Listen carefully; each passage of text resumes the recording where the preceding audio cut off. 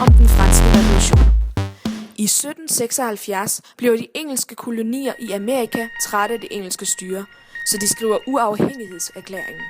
Og dermed starter blodige kampe mellem engelske soldater og kolonister, altså den amerikanske revolution. Først da Frankrig træder til og forsyner kolonisterne med våben, lykkes det for dem at løsrive sig, og de skriver den amerikanske forfatning i 1789 og bliver til USA. Frankrig er på dette tidspunkt styret af den enevældige Ludvig den 16. Men det går ikke så godt for Frankrig. Statskassen er praktisk talt tom, blandt andet fordi de har støttet den amerikanske revolution. Frankrig er et stændersamfund, hvor borgerskabet bærer adelen og gejstligheden. Ludvig er selvfølgelig stadig øverst. Det går knap så godt til i Frankrig, så Ludvig inviterer de 3 stænder til en stænderforsamling i 1789, hvor de skal rådgive kongen, så de kan løse landets økonomiske problemer. 3. standen skrider og laver deres eget møde i et boldhus, hvor de udråber sig selv til nationalforsamling. De bliver enige om, at de også vil have politisk indflydelse, da de faktisk udgør 98% af den franske befolkning. De inviterer de andre stænder til at joine den her nationalforsamling og går i gang med at udarbejde en forfatning, og som et udgangspunkt laver de den franske menneskerettighedserklæring den 26. august samme år. I 1791 er nationalforsamlingen nu klar med deres forfatning, hvor de udråber Frankrig til et konstitutionelt monarki. Kongen er stadig øverst, men han skal samarbejde med nationalforsamlingen og overholde menneskerettighedserklæringen. Altså, suveræniteten breder sig. Frankrigs befolkning sulter dog stadig, så nogle parisiske kvinder vandrer til kongeslottet i Versailles for at kræve brød. Det hele ender med, at Ludvig og hans kone Marie Antoinette bliver sat i husarrest i et slot i Paris.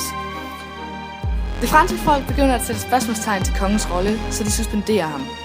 Og uden en konge er den tidligere forfatning ugyldig, så den 22. september i 1792 omdannes nationalforsamlingen til nationalkonventet, og de udråber Frankrig til en republik. I mellemtiden er resten af Europa begyndt at reagere på begivenhederne i Frankrig, og de andre enevældige lande begynder at blive bekymrede, eller rettere sagt, de enevældige herskere begynder at blive bekymrede, så de går i krig mod Frankrig for at beskytte det franske monarki. Det går dog ikke så godt, for i 1793 bliver Ludvig henrettet, og mens Frankrig er i krig, befinder de sig i en undtagelsestilstand, hvor Maximilien Robespierre kommer til magten.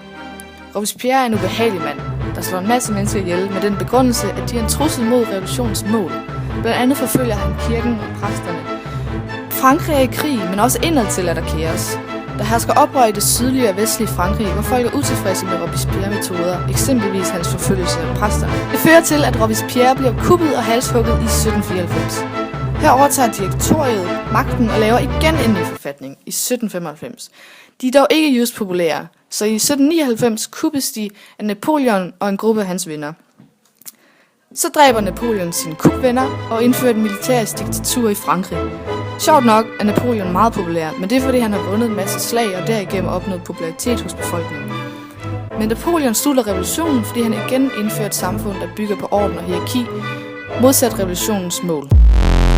Napoleon bliver så populær og magtfuld, at han i 1804 erklærer sig selv for kejser, og først i 1815, efter flere nederlag i krigen, træder han tilbage og sættes i husarrest på øen St.